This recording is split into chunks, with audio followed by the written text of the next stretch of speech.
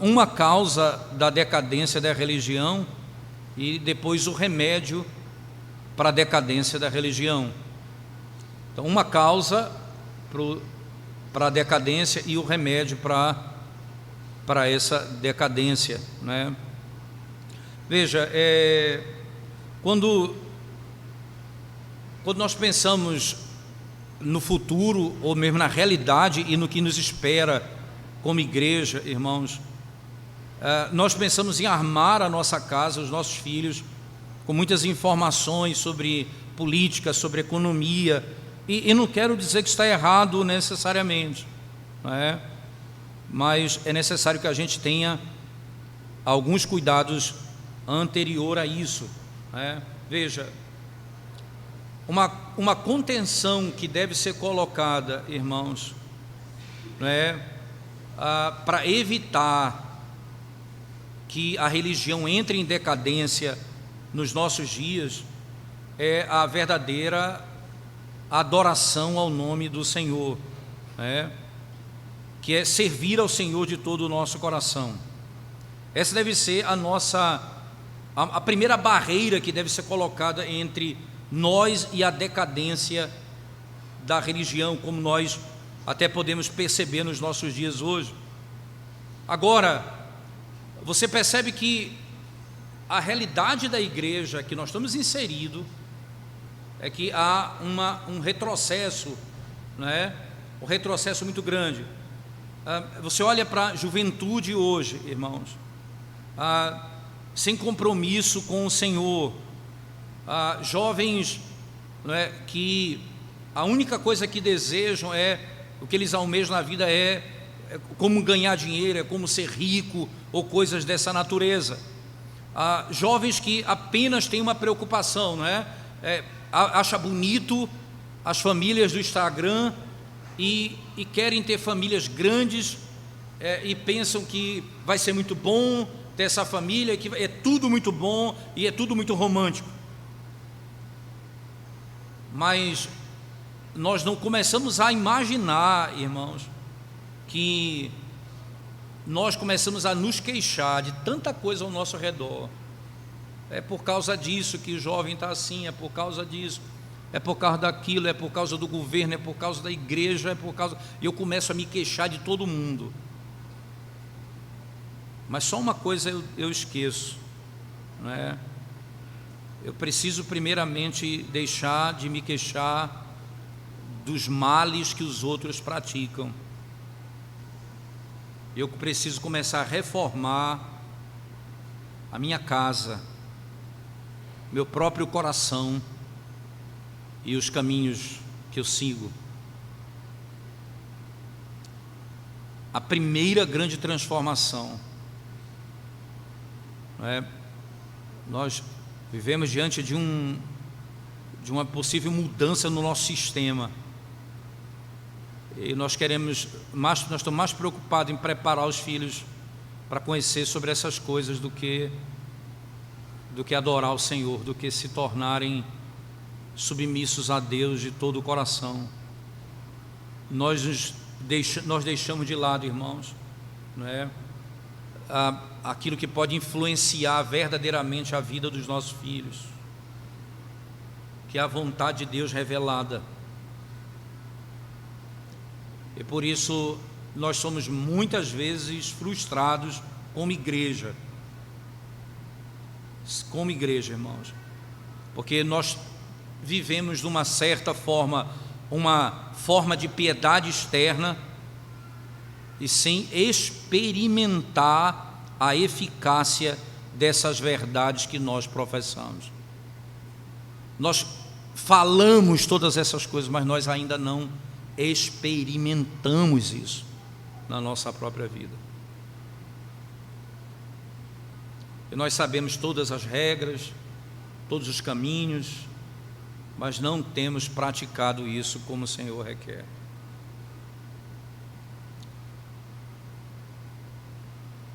Um estudioso disse: há apenas uma única fonte e uma única causa da decadência da religião nos nossos dias.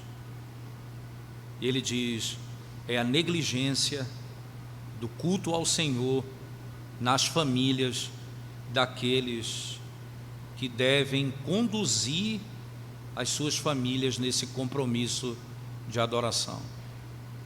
Há uma causa da decadência, e a causa da decadência é a negligência no culto ao Senhor nas nossas casas.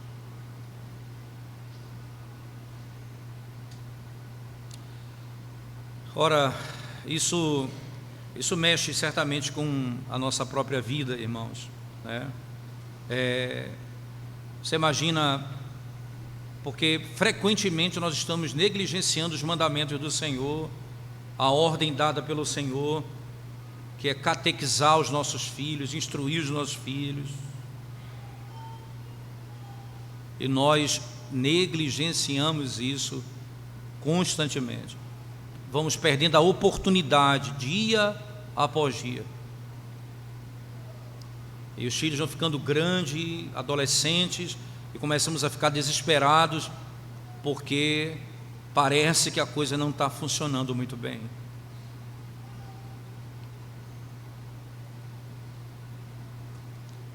Os nossos filhos muitas vezes vão deixar de adorar o Senhor da forma como nós adoramos, porque não foram catequizados em casa desde o princípio. Os nossos filhos, eles amam um culto mais moderno, porque não foram instruídos em casa a fazer isso desde mais tenra idade. E a igreja vai sendo transformada dia após dia. E a mudança não é piedosa, a mudança é para satisfazer um grupo de pessoas que querem de fato alguma mudança. Que remédio então seria esse? Se a causa é essa, né? Certamente o remédio seria trazer de volta o culto doméstico. Tem um texto naquele livro Família, Teologia da Família, né? Que é de Oliver Haywood, que viveu ali em 1630, 1702, ele nasceu em 1630 e morreu em 1702, e ele escreveu um texto dizendo o remédio para a decadência da religião. E não tem como ler esse texto sem ficar angustiado. Você lê isso aqui e você fica impressionado com a maldade que nós fizemos com os nossos filhos, negligenciando o culto doméstico.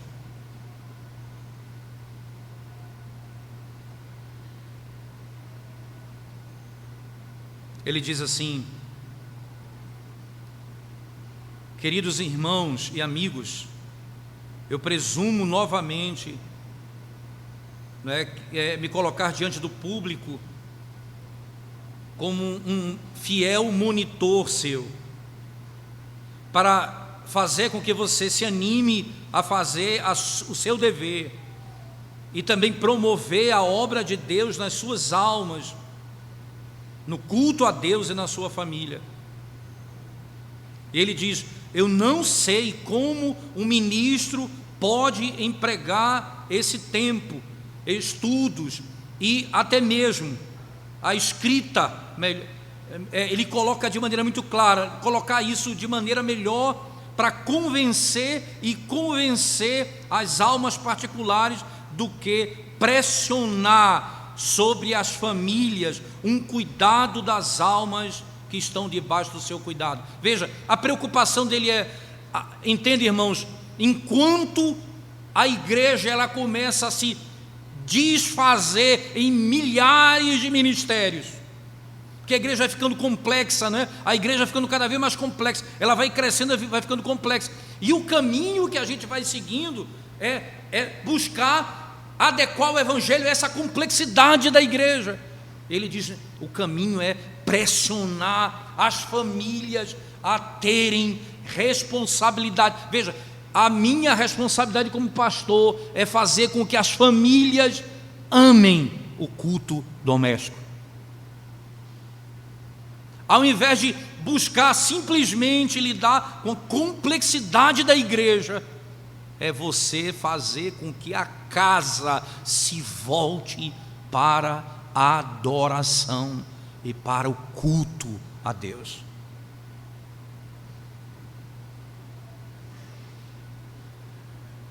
A religião começa com indivíduos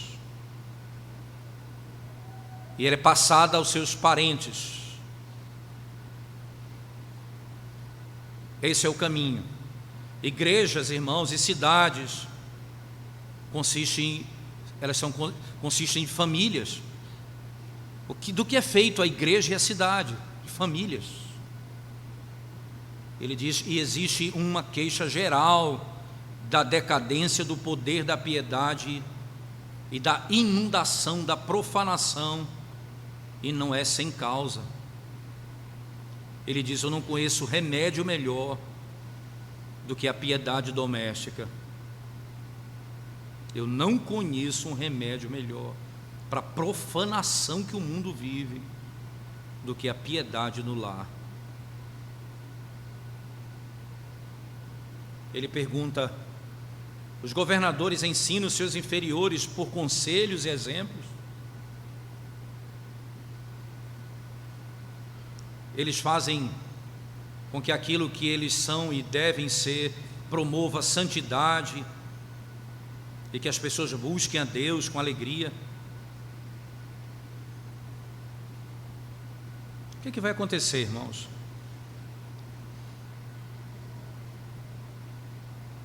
A gente começa a dizer, o governo tirou Deus das escolas, o governo tirou Deus da cidade. É verdade.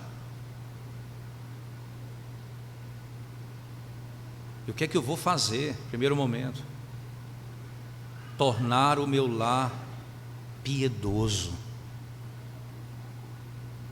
A primeira trincheira contra a decadência é a minha casa. É a minha casa.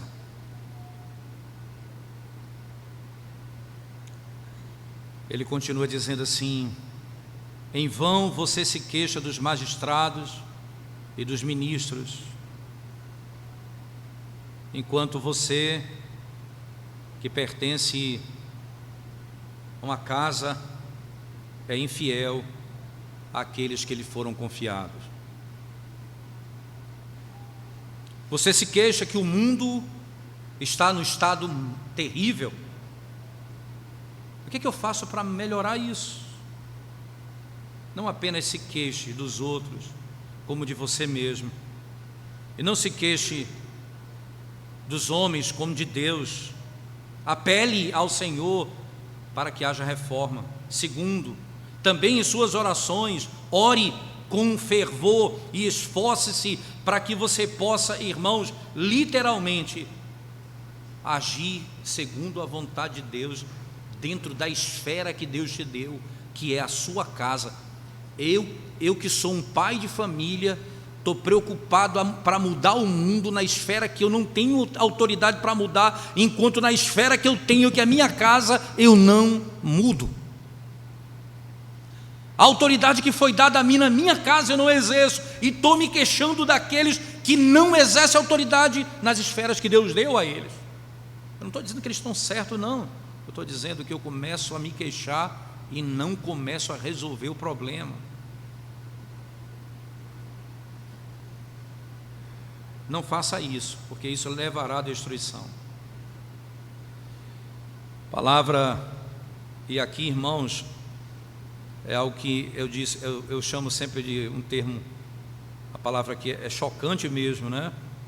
Pelo modo como o autor aqui descreve o que está acontecendo na própria sociedade da época em que ele vivia. Preste atenção, irmãos, nas palavras dele. Ele diz assim, tradução mais próxima possível, diz assim, ó senhores,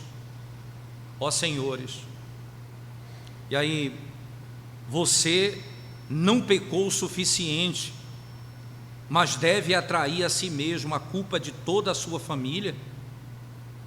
É você que cria tempos ruins e traz julgamentos sobre a nação.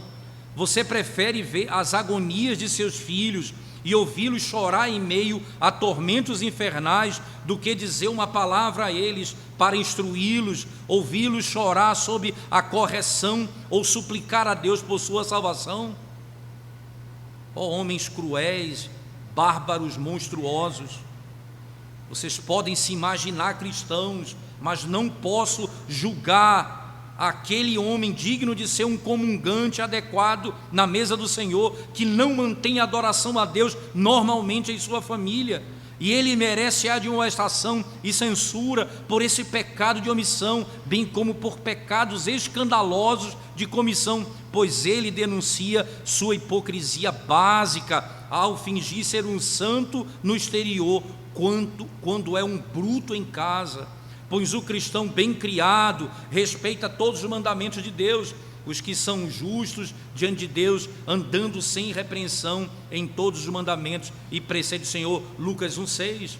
Que estes então entrem no rebanho dos profanos e se divirtam, como no final, que não tem consciência de família ou piedade, a piedade com a sua casa. Os que não orarem agora clamarão tarde demais: Senhor, Senhor, abre-nos, quando a porta estiver fechada. Sim, aqueles que agora não chorarão por uma migalha de misericórdia, no inferno clamarão por uma gota de água, para saciar suas línguas queimadas naqueles tormentos eternos. Para esses hipócritas, diz ele, autodestrutivos, recomendo a consideração séria de Provérbios. Que honra é esta, que o Rei do Céu, que o Deus dos céus lhe dê entrada em sua câmara de presença, com suas famílias, 2 vezes ao dia, para confessar seus pecados, implorar perdão e suprimento de misericórdia, dar a ele a glória de sua bondade, colocar a sua carga sobre ele e obter alívio. Espero que você nunca seja avesso a ela, ou se canse dela. Deus me livre de você. Você não está cansado das refeições. Se você for saudável, conheça e guarde você não se cansa das refeições estando saudável. Ele diz: se você promete encontrar uma pessoa de qualidade em tal hora em que o relógio bate, você se levanta, implora perdão e diz que alguém está esperando por você. Você deve ir embora. Não tome mais liberdade com Deus do que você faria com os homens. Se os homens, você deixa os acordos com eles, porque tem um compromisso mais sério para resolver. Ele diz assim: não tome liberdade com Deus mais do que você faria com os homens, e mantenha seus corações continuamente preparados para o dever.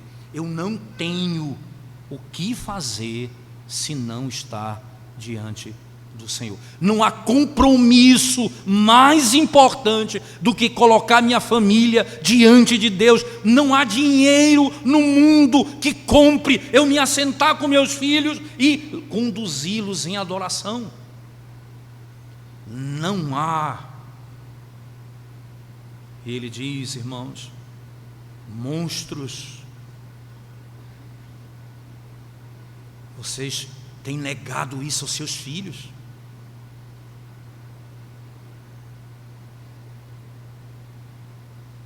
De chegar diante de Deus dessa forma e adorá-lo, irmãos, dessa forma.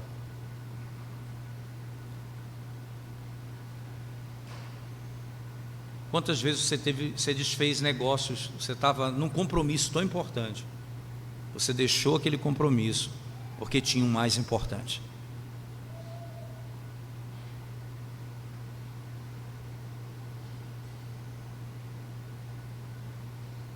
Nós temos acesso a Deus, irmãos,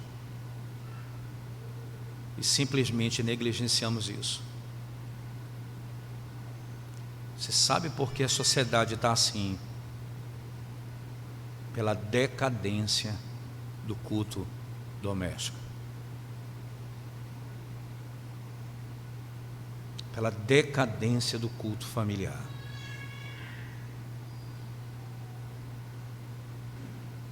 há muito tempo. E, consequentemente, os efeitos disso são vistos na igreja e na sociedade em que vivemos. Que eu gostaria, irmãos, sinceramente, nesse encontro nosso hoje, de tentar colocar alguns pontos para levar para o aspecto prático, né? Que na próximo domingo eu vou mostrar para vocês o que nós temos de material, como vocês podem usar isso no culto doméstico.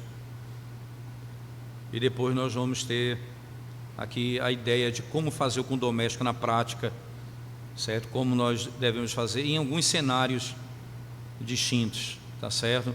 Como nós devemos fazer, o que deve ser feito, né? O tempo que deve ser gasto na prática, no culto doméstico.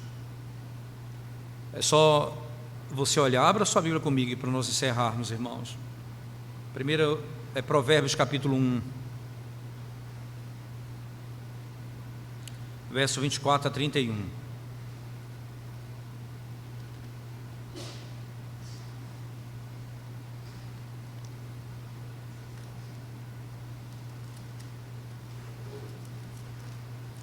E é interessante notar como que, quando você vai pegar ali, irmãos, a característica dos presbíteros, né, dos pastores, você vai ver lá no texto, quem quer ser presbítero, ser pastor, o que é que deve fazer, né? Naquele texto você vai encontrar um detalhe importante. Você vai ver que, tirando o aspecto em que ele é apto para o ensino, todas as características desse homem estão voltadas para dentro da sua casa. Como ele governa a sua casa, como governa os seus filhos, o testemunho que as pessoas dão dele, tanto fora da igreja como dentro da igreja. Provérbios 1, 24 a 31 diz assim: mas por que clamei e vós recusastes? Porque estendi a mão e não houve quem atendesse. Antes rejeitaste todo o meu conselho e não quiseste a minha repreensão. Também eu me rirei na vossa desventura, e em vindo o vosso terror eu zombarei. Em vindo o vosso terror como a tempestade, em vindo a vossa perdição como o redemoinho, quando vos chegar o aperto e a angústia, então me invocarão, mas eu não responderei.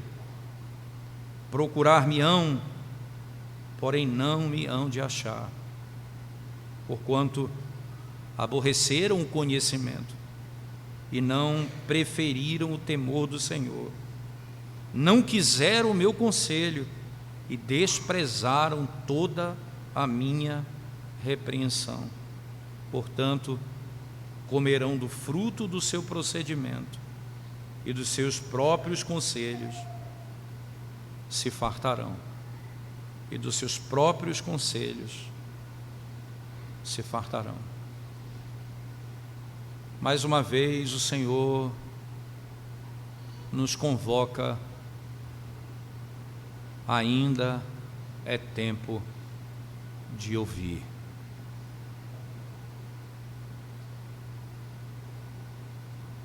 Você sabe por que, irmãos, tanto conflito dentro de casa?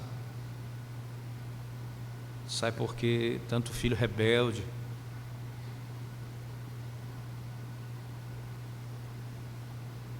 Porque o lugar mais precioso não tem sido o trono da graça para nos encontrarmos. Não tem sido o trono da graça para nos encontrarmos. Esse deve ser o lugar mais desejado da família.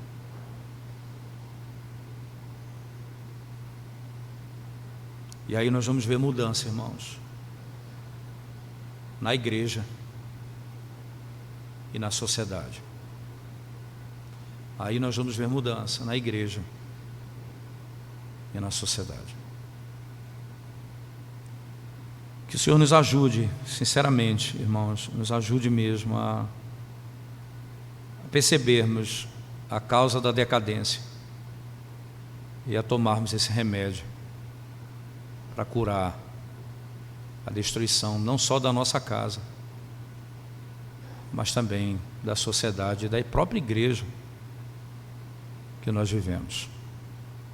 Vamos orar ao Senhor e vamos concluir nosso encontro hoje. Obrigado, Senhor, pelo privilégio de termos a Tua palavra que nos orienta e nos guia em todas as coisas. Ajuda-nos, Senhor, a termos um coração submisso a ela. Todos nós, ó Deus, temos falhado, pecado contra o Senhor nessa área. E quando ouvimos essas coisas, nós trememos diante de Ti. E todos nós podemos dizer, tendo um filho obediente a Ti,